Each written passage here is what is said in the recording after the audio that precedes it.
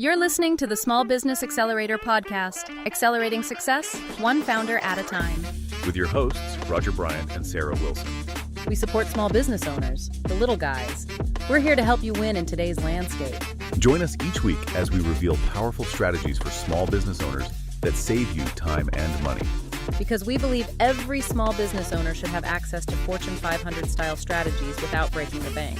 Subscribe now on Spotify and Apple Podcasts to accelerate your small business success. All right, let's do this. Tonight we're going deep on nighttime automation.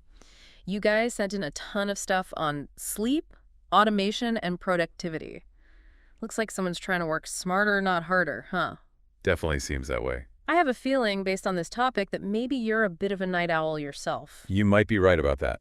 So we've got this super detailed report on nighttime automation strategies. Yeah, and with that, a description for an online course. All about using automation to, free up time and be more efficient. And putting those together, it really seems like, well, someone's trying to not just automate stuff, but do it in a way that really works with how they sleep naturally. Exactly. It's like a productivity hack. Yeah. But specifically made for night owls. Totally. And speaking of night owls, this report actually jumps right into the science of sleep.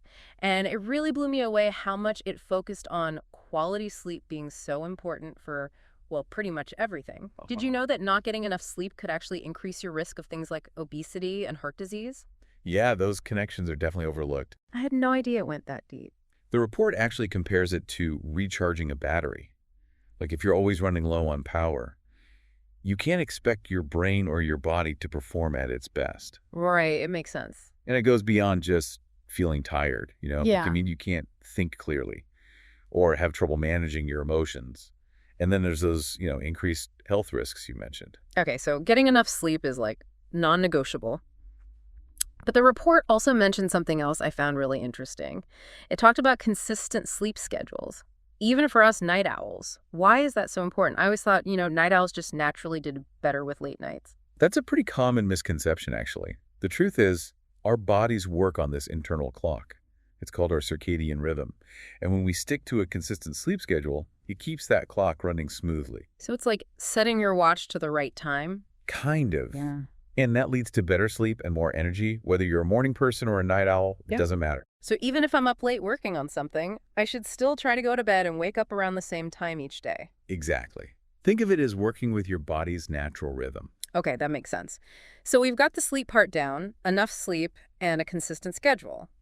But where does automation even fit into all of this, especially at night? Well, the report suggests starting by automating your evening routine to kind of set the stage for a good night's sleep. It even mentions creating a spa-like experience before bed. Oh, I like that. I can imagine my lights dimming as it gets later and my thermostat adjusting to that perfect temperature. Talk about stress-free. Exactly. And just imagine ending your workday feeling accomplished and your mind's clear, no more of that mental clutter keeping you up. I hate that feeling. Just pure, restful sleep. The report really highlights automating your end-of-day review to do this. Imagine tools that pull together all your tasks and send you a little summary of what you got done.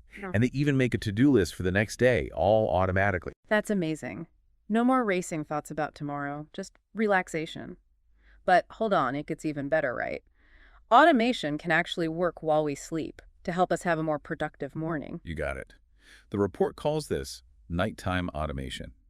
It's already being used in industries like manufacturing and healthcare to keep things running smoothly, even when people aren't working. So it's like having this tireless assistant working in the background while you sleep. I can imagine waking up to a report showing everything that happened overnight on a project, thanks to a tool like ClickUp. Those real-time features would be so helpful, especially for us night owls working when it's quieter. That's a great example. And for those late-night work sessions, the report suggests using automation to minimize distractions and stay focused. Okay, makes sense. Even doing simple things like having a dedicated workspace and scheduling breaks. So it's all about creating an environment that helps you do your best work, no matter when that is. But wait, there's more.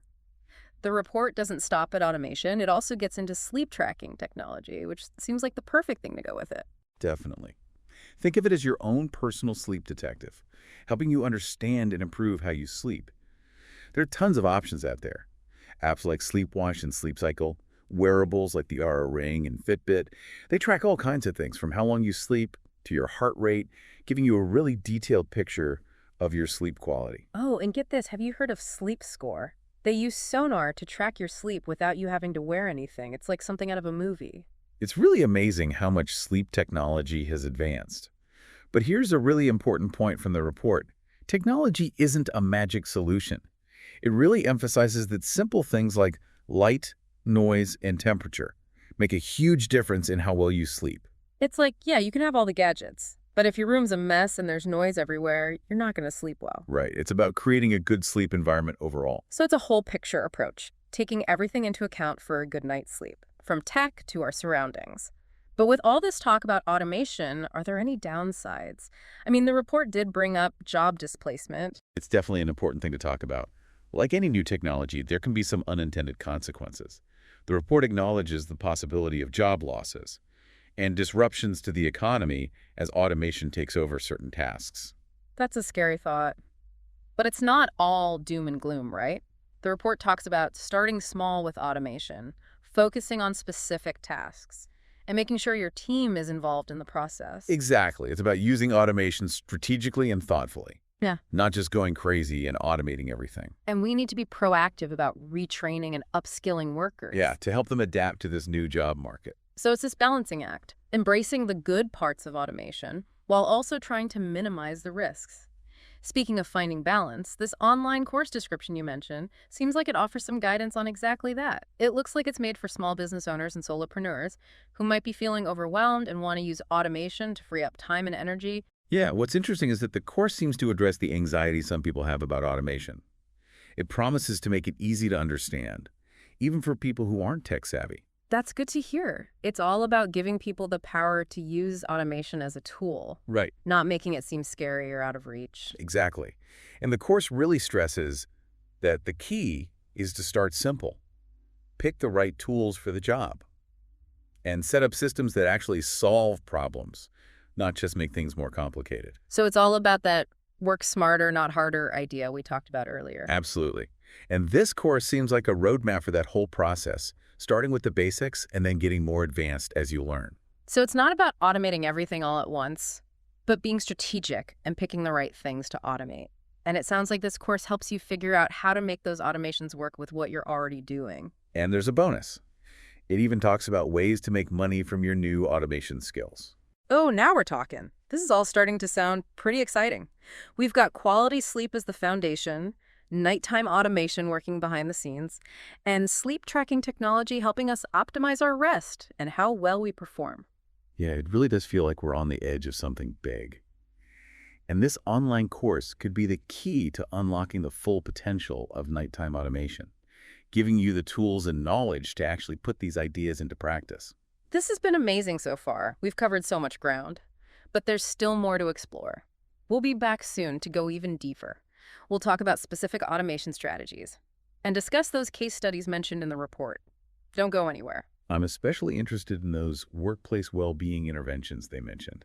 It's amazing how something as simple as writing down things you're grateful for can have such a big impact on how people feel at work. And those automated productivity tips for people who work night shifts sound especially relevant to you. We'll definitely unpack all of that and more when we're back, so stay tuned. Welcome back. I'm really excited to dig into those case studies from the report. Me too. I always like seeing how these ideas actually work in real life. Let's start with those workplace well-being interventions. The report mentioned a study where healthcare workers, they saw some really big improvements in their well-being and even their job performance after trying these interventions. What I found really interesting was that the study specifically pointed out relaxation techniques as being super effective and, importantly, easy to actually use. It wasn't some complicated program. It was all about adding simple practices into their daily routines. Right, like it wasn't a huge overhaul. Yeah, exactly. And that example with the gratitude journaling really stuck with me. It's amazing how just taking a few minutes each day to think about positive things led to, less depression and more happiness overall. Can you imagine how that could impact a workplace? It's like this ripple effect of positivity. Absolutely. It really shows how powerful our mindset can be and how even small changes in how we think can make a big difference. It makes me wonder if that gratitude journaling could help with, like, brainstorming before bed. Oh, that's interesting. like with thinking about good things spark new ideas. I like that. I'm going to have to try that. Okay, so we've seen how these well-being things can be good for individuals, but what about those automated productivity strategies for people working night shifts? The report mentioned tools like Monday.com and Trello, which are awesome for managing projects and working together, especially when people are in different time zones. Oh yeah, for sure. Those platforms can be so helpful for like keeping everyone on track, no matter what their hours are. Imagine having this central place where you can talk to your team, manage tasks, see how things are progressing, all in one spot. Right, it's like a virtual office that's always open. Exactly. And it can be a game changer for teams that work at different times. The report also talked about automating those end-of-day tasks that can really drain you mentally.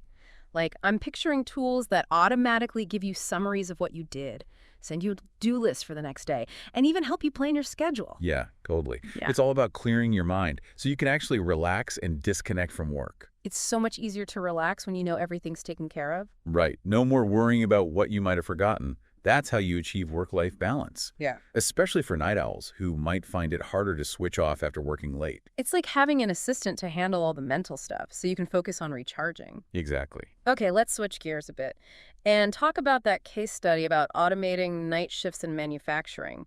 It seems like that's an area where automation is really taking off, with companies investing a lot in technology to keep production going all night, even without people there. Yeah, it's a great example of how automation can really boost efficiency by taking care of those routine tasks during the night.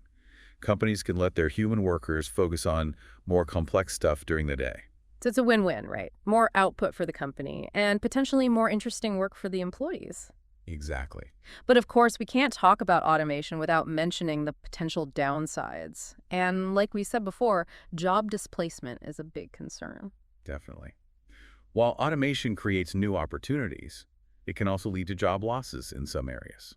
That's why the report emphasizes retraining and upskilling workers. Right, giving people the skills they need for this new job market. Yeah, like learning how to work with robots. Yeah. Or becoming experts in areas where human judgment is still really important. It's about being prepared for the future of work. Absolutely. Okay, so we've explored the potential of nighttime automation, but the report also talks about the challenges. What were some of the key takeaways there? Well, one of the biggest things they highlighted was the need for strategic implementation.